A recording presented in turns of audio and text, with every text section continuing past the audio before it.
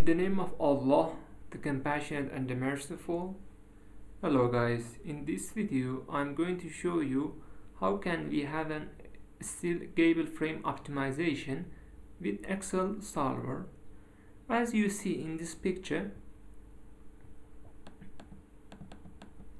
we have an 2D Gable frame with I section with 16 different element I say, and 48 degree of freedom. And as you see, in each element, BF, TF and TW is constant, but height of the column, height of the section is changed in each 16 element. So, and as an optimization, we wanna get the minimum weight of these structures and checking the stress of this combined stress as a shear in actual force and shear in moment. This criteria must be less than or equal to 1, and our constraint in here is this constraint as shown must be minimum and maximum is defined, so you can change it with your own model, and the length of each element is you can define it in here, and model of elasticity and yield stress and actual allowable stress for actual, and shear and moment is calculated in here, and then it is going to be checked after analysis. So as you see, the blue I defined two objective functions. So first of all, I used the weight function for my modeling optimization, and you can change it for this equilibrium equation function for your optimization method. And after analysis, the green this data and this data is going to be calculated with Excel solver, and you see at the bottom member coordinate of structures, internal forces, stress ratios, and so on. And let's see in here, you can in here you can define your nodal force. For example, in node 9, I defined in X and Y direction the forces as you see, and in here after the analysis, displacement is calculated and goes here. So let's see at the bottom, I defined for 16 elements the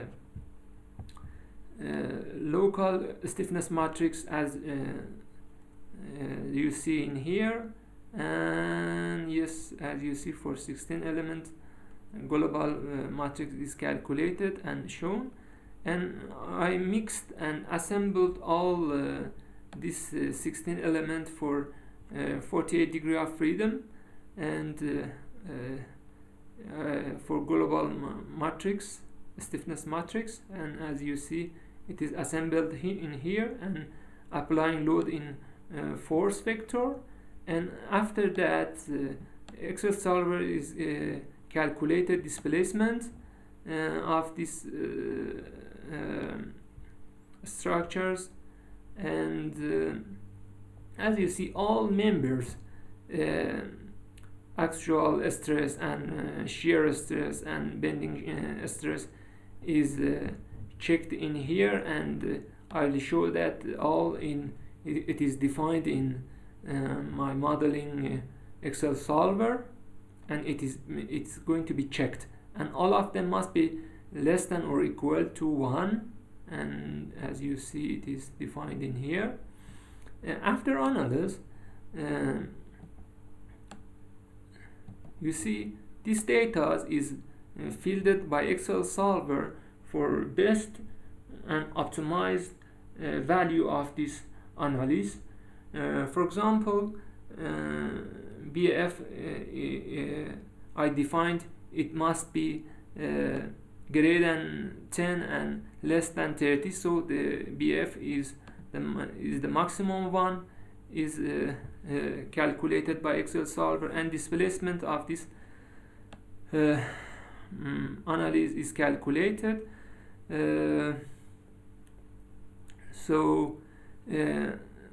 This displacement is calculated by Excel solver by solving the equilibrium equation, but I use the inverse method of the which functions has the Excel solver for checking my analysis if it is not analysis is not converged or the answer is not correct. So as you see, it is no difference, and my answers is for solving these equilibrium equations of 48 degree of freedom is absolutely right. And you see that in